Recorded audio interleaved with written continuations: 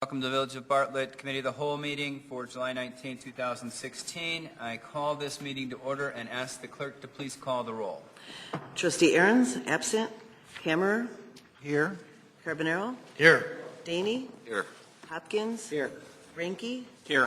President Wallace. Here. First item on our agenda this evening is under the Planning and Zoning Committee. Chairman Ranke.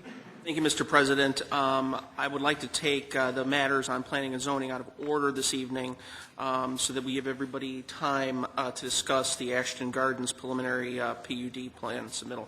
So with that, I'd like to turn our discussion over to the BAPS final PUD plan for Phase 4. I understand council and the petitioners are here with us. Obviously, staff is ready to go. I'll turn that over to staff. Sure. The petitioner, BAPS, is requesting a final PUD plan review for the Phase 4, which will be a family activity center to be constructed on their property. There is a total of 6 different phases on the property. They have completed 1 through 3. They're looking to do 4, which will be a family activity center, which is actually a mirror image of the current building that is out there. And then Phase 5 and 6 will eventually be a commercial component that will come in the future. So here is just a rendering of what it will look like. They're proposing the same height, same materials, just on the north side of the Mandir.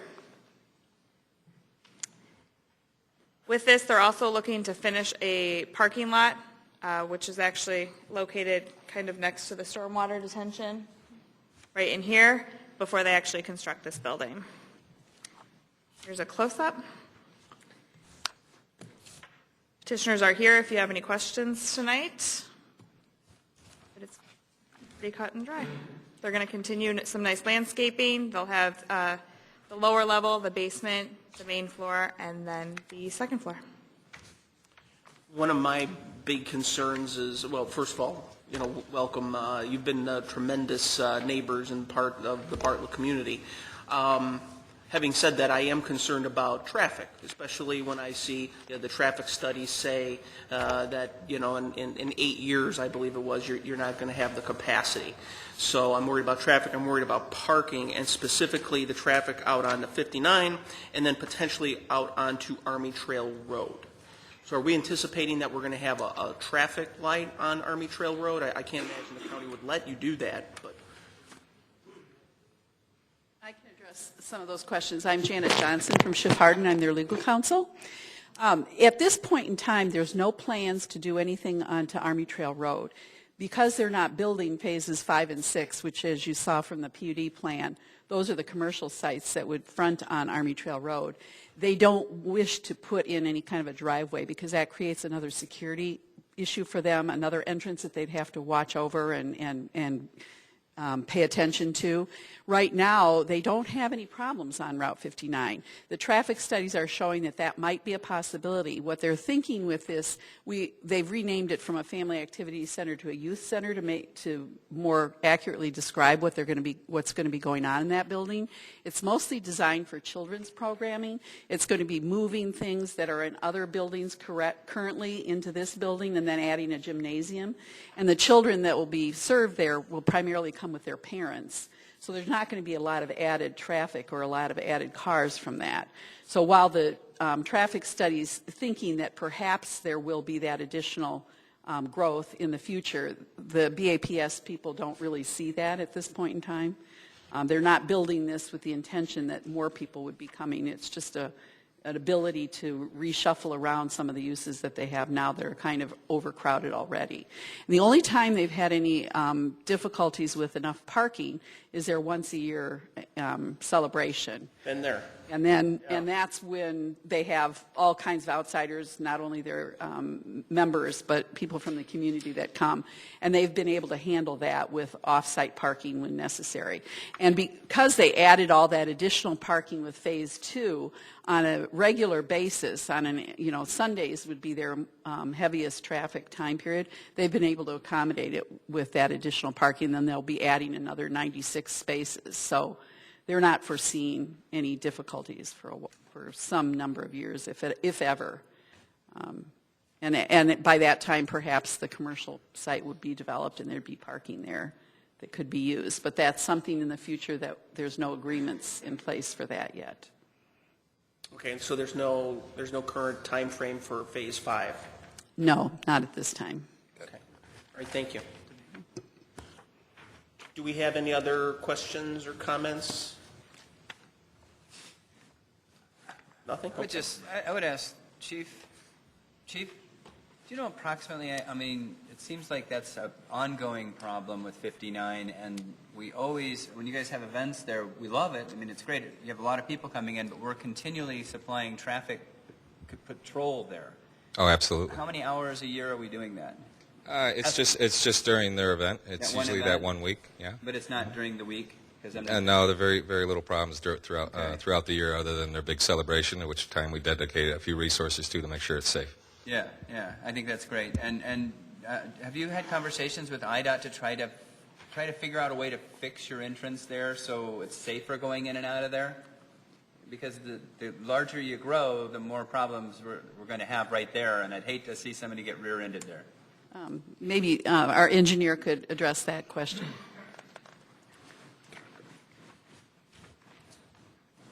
Because most of the traffic is on Sunday evening and nothing during weekdays. I don't think traffic signal can warrant at this location Okay. because of less traffic during weekdays. You need to have more traffic during weekdays in order to warrant a signal. We're more in the signal, because there's not, the numbers aren't there. Yeah, the number is not there. Yeah, I don't know if the signal would be an answer anyway, just maybe a turn lane into your location or something that we could talk to IDOT about where, you can go in the middle and turn in, and if you're going northbound, there's a turn lane in there so you're not stopping and going in. We have a left turn lane going southbound. Yeah, There are not many people coming from south, so Okay. I don't see any issues there. Though. okay. But if it ever comes up, we will definitely talk to them. Well, let's hope it's a good problem to have. There are more people there. Yeah. All right, thank you. Okay, so then we'll forward this matter on to the Plan Commission for further review. Yep. And while we have some of the BAPS folks here, thank you once again for your wonderful donation to the Park District Foundation and the event that you put on. That was an amazing event, so thank you. Thank you. Thank you very much.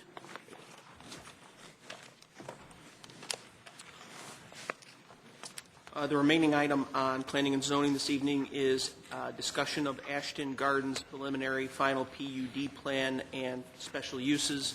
And how this works is, we discussed this at the committee level, and then the next step in the legal process, and it is in fact a legal process. The petitioner has certain legal rights, just as the interested parties do.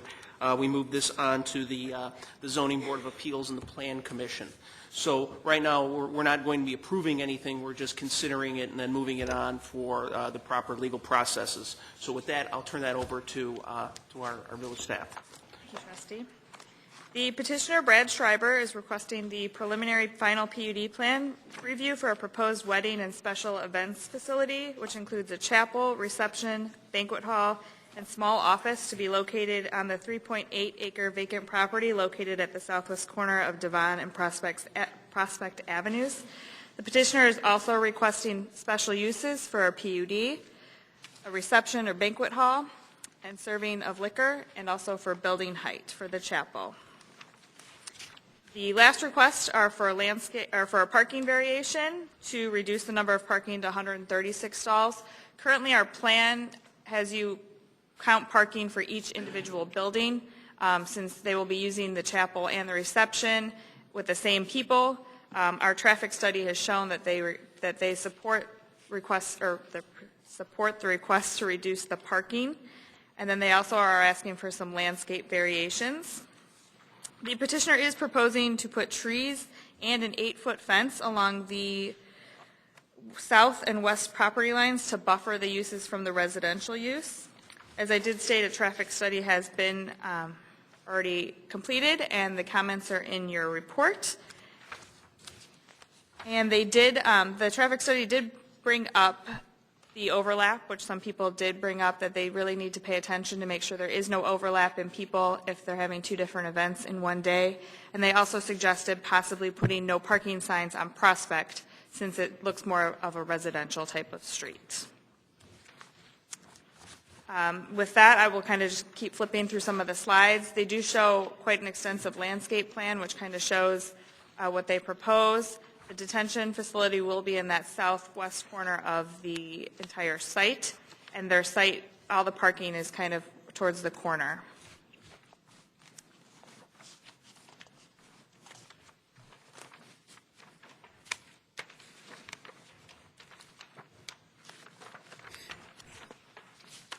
Okay, well, let me ask a couple of random questions then.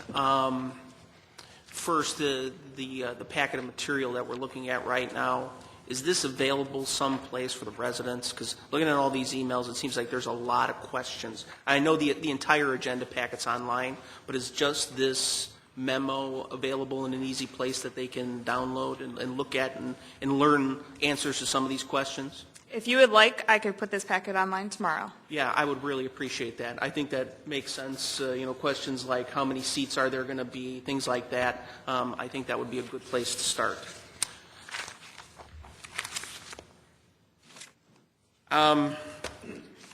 Obviously we're just here for discussion and sort of vetting, this proposed use, and I want to keep an open mind because that's my job at this point. The traffic study doesn't seem to be, with all due respect to all involved, it's not credible to me. I don't understand how the traffic study can conclude that you're going to have this business and it's not going to impact traffic. It just seems like it is. I don't believe that there won't be an impact on traffic. Is this something that you've looked at? Yeah, I mean, they look at traffic and what they consider, it says it will not have an adverse impact of the surrounding areas. So that's really what they're looking at, is if it's really going to be making more congestions on the street, if it's going to hurt the level of service, which is a B level right now. And so they noticed, obviously they look at what times are the peak times of the road being used now versus the wedding, and they don't feel that those will conflict. Okay, so it's not no impact, it's no adverse impact. Correct. Okay. Hours of operation. Do we have a firm number on hours of operation? Yes, because I thought I saw 12:30 in the packet. So as part of the conditional use there, I'm sorry, the special use, then one of the conditions will be the hours of operation.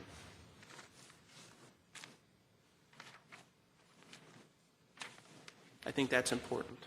If you would like those, we can definitely put those as conditions. Right. Armed security. Is that something that, I don't remember seeing that in the materials. Are you going to have armed security? Our policy and practice is that at every property we have now, and we intend to do it here, understanding that the village officers cannot work for us off duty, that our director of security for our company is speaking to the county at this point. But the answer is that our policy and practice is that there is an off-duty police officer for every event, paid for by the event. Okay. And their presence is there for as needed basis for the operation, but we have strict guidelines as far as what their responsibilities are on site, and that has to do with traffic control, noise control, with monitoring the exit of guests and employees, and working with local law enforcement as well. I remember the first time you were here, we talked a lot about a berm on the west side of the property. And as I look at this, maybe I'm starting to get older and I can't quite make it out, but I don't see the berm. Is that berm still on the table?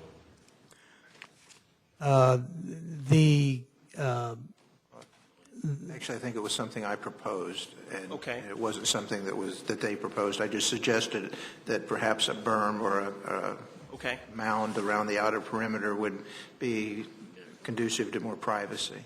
Okay. It would certainly absorb the sound better than a fence. Okay, so there wasn't, I'm misremembering, there wasn't a berm as part of the original proposal. It was something that we discussed. Okay.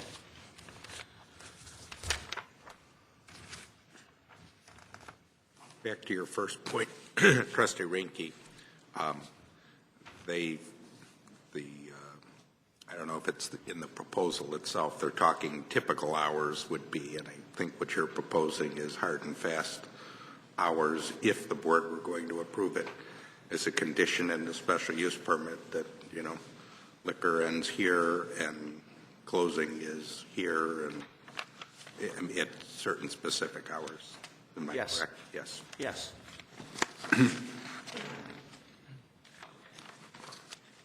Are there any other questions or comments? Yes, well, go ahead. I think one of the major concerns by the residents is the parking off the side streets. And so my concern then is with the amount of parking on the actual facility, proposed facility. And I know you've come in with above the amount that the village has asked, but how amenable are you to even increasing that amount to help with this potential overflow that people are concerned about and the runoff into the streets? I mean, looks like from some of the plans, it looks like there's still available space that could be parking. Is that something you would consider even increasing or not? Yeah, we would, of course, consider it. Based on our experience and based on similar and larger size properties and ratios to parking and such, at least as of now, we haven't had an issue. So obviously it exceeds the local requirements. It certainly meets our requirements. We'd be open to, squeezing some more parking space in there, where we can without compromising the aesthetics of the property. We also intend, whether we use it or not, we also intend to have, find off-site parking where we would provide shuttle service for employees and or guests. Something very important to understand about the guest count. There is a measurable percentage of guests that come in from out of town. Our statistics with our weddings show somewhere around 20%, plus or minus. Let's call it even lower for sake of argument here. Number one, so there's a certain percentage of the total guests who will be coming via friends, relatives, hotel shuttles, bus service, otherwise. It just don't have cars to park on the property. Statistically, this still works. However, we do plan to have a plan B at our expense where, and there should be some places in town where we could talk to local business owners or perhaps some space that's not used that we would arrange for backup parking and know that well in advance.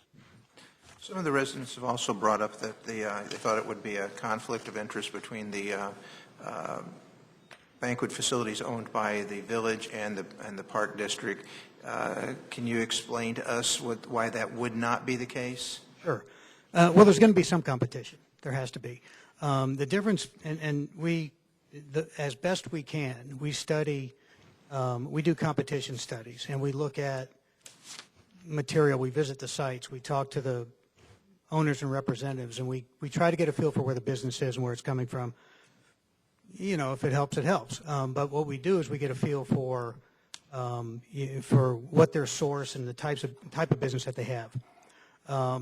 Our business is, we have a destination property. Our experience is that people drive to our properties up to 40-plus miles to get to us. A wedding is a, pretty important day, and our facility is different than the Seville, for example, or a country club, with the chapel and the reception concept in one location.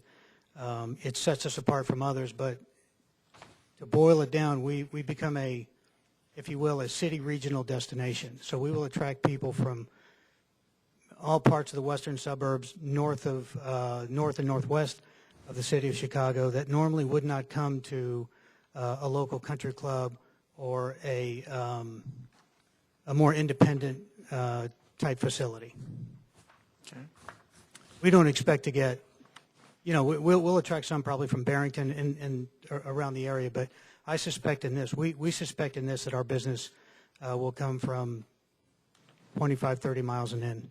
One last thing with regards to the noise level that residents also brought up. How are you planning to circumvent that issue?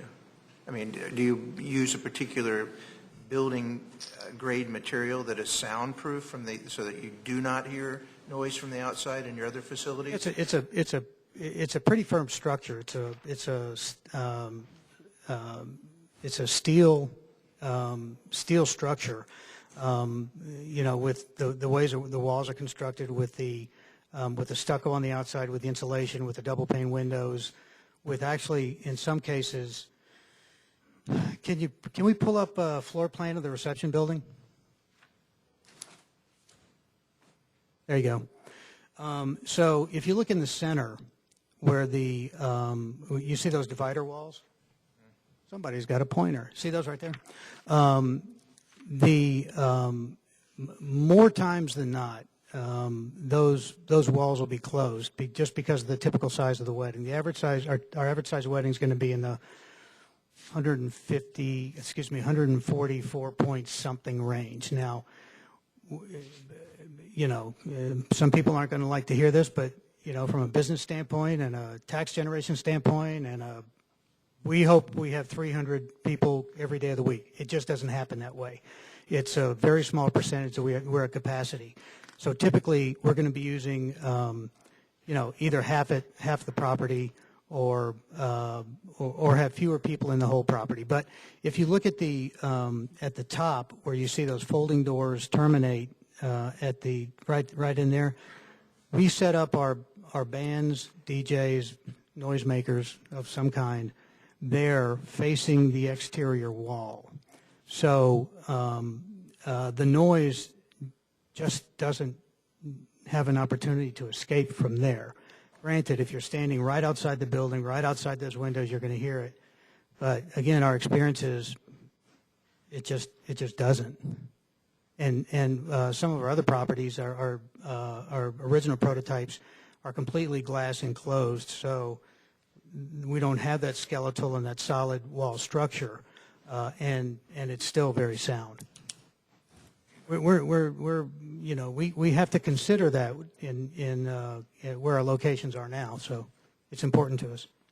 I have a Thank you very much. questions I need to ask you. First, I'd like to thank everyone for coming out this evening and your comments. Explain to me how you picked that location, because I know there's been some concern that there's other areas in the village where you possibly could have looked at. You currently own that property, correct? We do not. You do not. Okay. It's under contract, actually pending approval. Well, there was some validity with the people said it's not a major thoroughfare, and I would like to know why you picked that location. Well, for a number of reasons. We like, first and foremost, we do well in, if you will, smaller communities. We are in Corinth, Texas, in Sugar Hill, Georgia. Corinth, Texas is north of Dallas, south of Denton. We are north of Atlanta in Gwinnett County. We are looking in, we have another project going in Cedar Park, which is outside of Austin. We get better interaction with the city officials, with the residents. So number one, from a business standpoint, it's a heck of a lot easier not to work in a major city because of restrictions, because of cost, all of those other things. So we first decided, and I'll try to be quick about this, we studied, we have a dozen different markets that we look at one time. Chicago is a great market for the wedding business. Then we have to decide, where are all the weddings, where do they take place, what are the demographics, what are the arteries that move around the area we want to go. And because we're a destination, and because people will, there's some major roads that are real close to us that in a very short period of time, you can get off of a major artery and be here. So we took that into consideration. We decided that we wanted to be not as far south as Naperville, but we wanted to get that Naperville and that business area as well. We didn't want to go far north of Chicago because we alienate the business on the west and the west and southwest side of the city. So we narrowed it down to this area, to this region, if you will, of the city of Chicago proper. And then we hired a real estate broker and started looking at property. And we like the location. We like the access. We like the town. It just works for us. The other thing that property's been vacant for a long time, and ultimately it will be developed. And I'm sitting here wondering, with the residents that live in that area, if that were to be developed with a strip shopping center, we may encounter more difficulties with noise, with dumpsters being, being removed and whatnot, just noise, and that would be, the hours would be 7 o'clock in the morning till 10, 11 o'clock, 12 o'clock at night possibly. So that's one thing that I don't know if you considered or not, but I know that area will be developed, and I'm just wondering if this is the right thing for that location.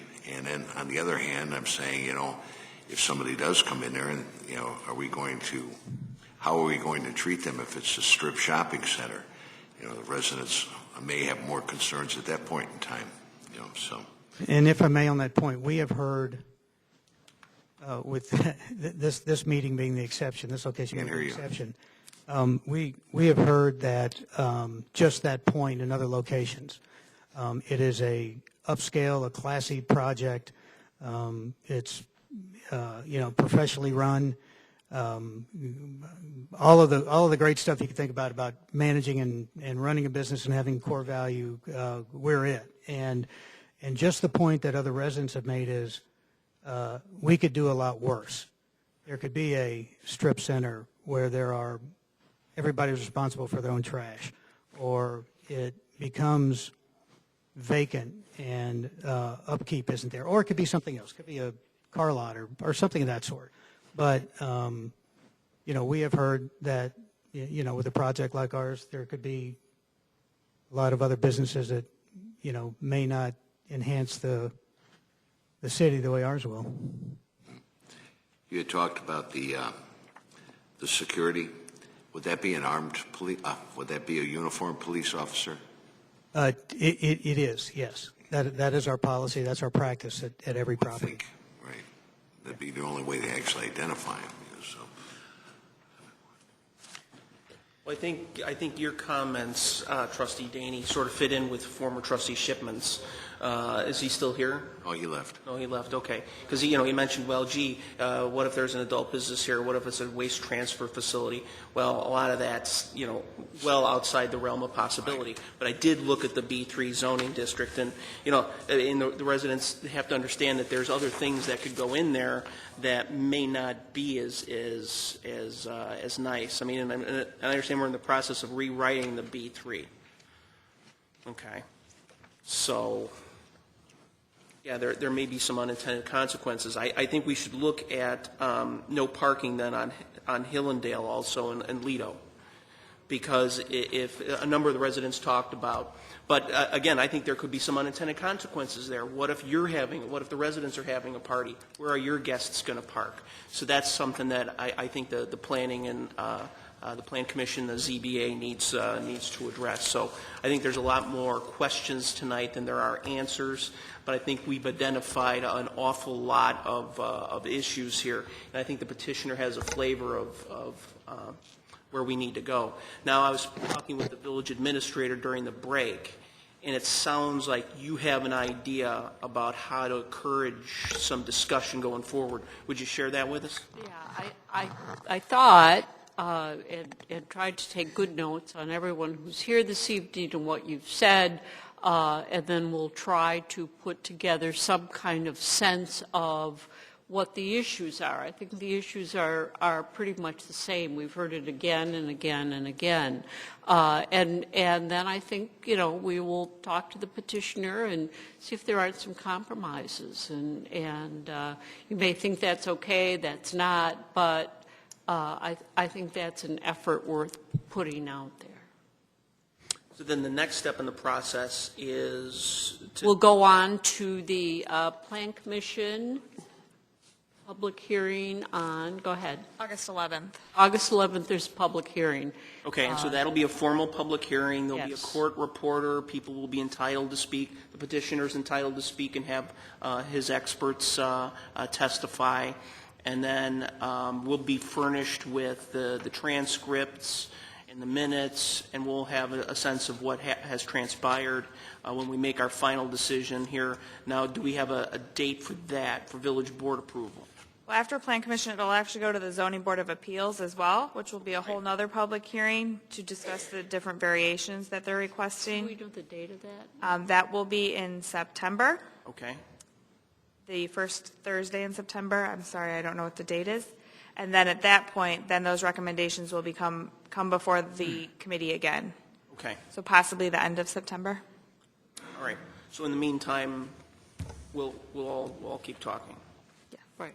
Okay. So, Any other? I have one question. What is the likelihood of us, or you guys, using off-site parking?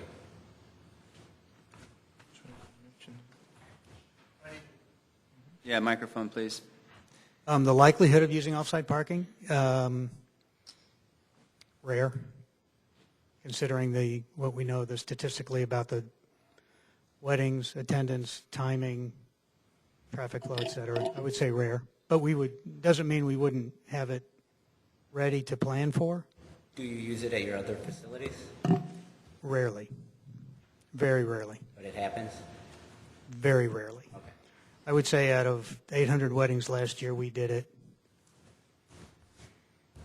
once in Atlanta. Point out in the memo that a strict reading of the ordinance calls for 158 parking spaces, and they want some credit for the overlap and the fact that their chapel is on the same site as the reception hall, so there wouldn't be other people coming. But it does require a variation, basically, of 22 spaces, and there is some discretion relative to that. And people have asked for variations before if they want to say they're going to have off-street parking, or off-site rather, and it's not just like BAPS where it's once a year, but on any kind of ongoing basis. We often want to see the easement or lease or whatever that agreement is, if they're going to use that and try and take credit for any off-site parking.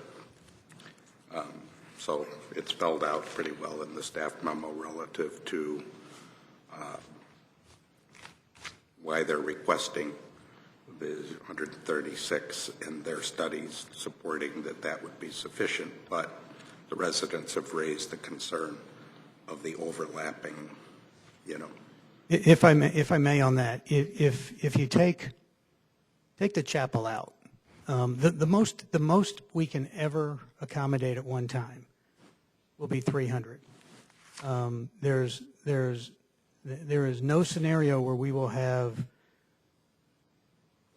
300 guests in the reception building and have a ceremony going on at the same time. The ceremony and a reception are interdependent. So if there's 150 people on one side having a reception and there's another wedding overlapping that somehow, we can only fit 150 people in there, regardless of the chapel capacity. It just, mathematically, it just doesn't work. And so, again, 300 is it. And the maximum number of employees that we would have at capacity would be 20. I think the comments say 30, but, and I could give.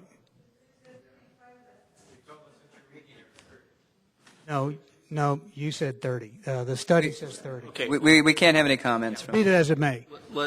Okay. And I'll be happy to do the math for you, but it really is, again, 300 people on property, and I could give you our staffing guides to show you how we would staff an event of 300. So. One last question on your stormwater retention area. How big is this? Because this is going to be in, it looks like 4 people's backyards. So how deep is this retention pond going to be? We have a topo on that? I have an expert. I brought an expert. Okay, great. So are you expecting the bottom of the retention to be wet? The detention pond is designed to be a dry bottom basin. Okay. And that detention pond is only providing, we need to provide 1.6 acre feet of volume. We're providing 0.38 acre feet in that pond. Okay. The rest of it is in pipes and stone under the parking lot. It'll never be seen. Okay, so it's not a huge...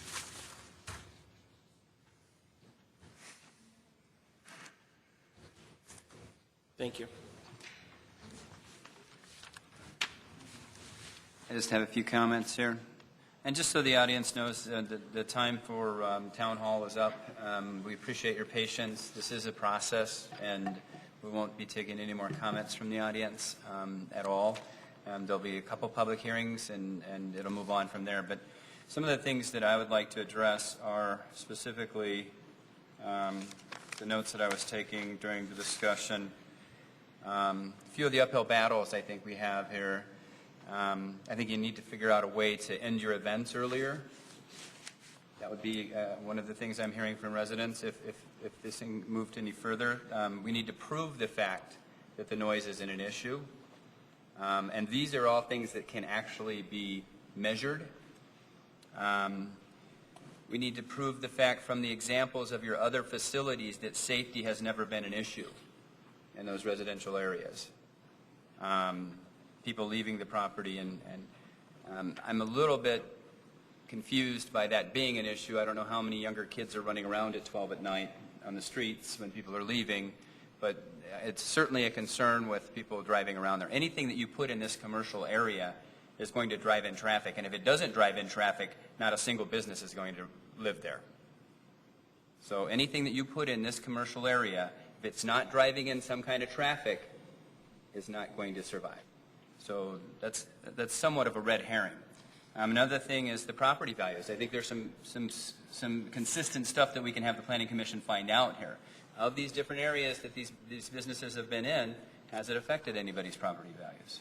So those are the items that I was hearing from some of the public comments. You know, could the location be better? That's the petitioner's choice. One of the questions that keeps ringing up in my mind is the competition thing with our other businesses. Can you tell me what your average price per plate is at your venue? Just so we can get some kind of comparison as to how it stacks up with what we have in the village? Yeah, I can give you different statistics. Our average event cost is north of $15,000. That includes a 300 person on a Saturday night for as much as they'll spend, and a Sunday afternoon for 100 people, you know, having brunch. Our average per guest cost is $115. 115. Okay. So that's something we can kind of compare. That gives us an answer, somewhat of an answer to how competitive this would be to what we offer, which I think we're on a lower end than that in both venues. But those are good. That's good information. I think some of the stuff that the residents have brought up is measurable. I think some of it is there's compromises that we could come up with, and if it still doesn't seem like Planning Commission and Zoning Board of Appeals feels it's comparable to the area, then I guess we'll have to go from there. Very good. Those are my comments.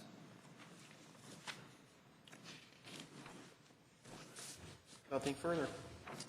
All right. So for the residents in the audience, just so you know what happens next is, as our director said, it'll be going to the zoning planning commission for a public hearing, which gives us another opportunity for you guys to voice your opinions. Thank you, Mr. President. That's all we have for planning and zoning this evening, and thank you, everybody, for sticking it out with us. Yeah, thank you all for coming around. We'd have to do it at the next board meeting, I'm sorry. Yeah. Or you can email it to us. We've read all your emails. Yeah. That's it for planning and zoning, Chairman Ranke. Public Works. Well, we're actually still in the middle of a meeting. Yeah, not to be rude, but You can certainly go to the plan and zoning. Yeah. right. Short answer, yes. Thank you, Chairman Ranke. Next up, we have Chairman Kammerer. You guys, Ladies and gentlemen, we still have a meeting. can you guys hold it down, please?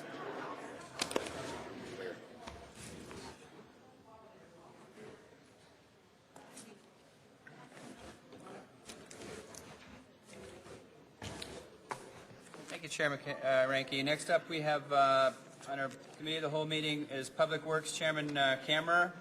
Thank you, Mr. President. Tonight we have 2 items. However, due to the lateness of the evening, I would motion that we table this until the next committee of the whole meeting to be done with this for now. Second. It has been motioned for the final 2 items of the committee to be tabled for the next committee of the whole meeting by Chairman Kammerer, seconded by Chairman Ranke. Do we have a consensus? Yes. We'll do a roll call. Trustee Kammerer? Yes. Carbonaro? Yes. Daney? Yes. Hopkins? Yes. Ranky? Yes. That's it. Thank you. I'll entertain a motion to adjourn. Second. Moved by Trustee Carbonaro, seconded by Trustee Kammerer. Will the clerk please call the roll? Trustee Kammerer? Yes. Carbonaro? Yes. Daney? Yes. Hopkins? Yes. Ranky? Yes. We are adjourned.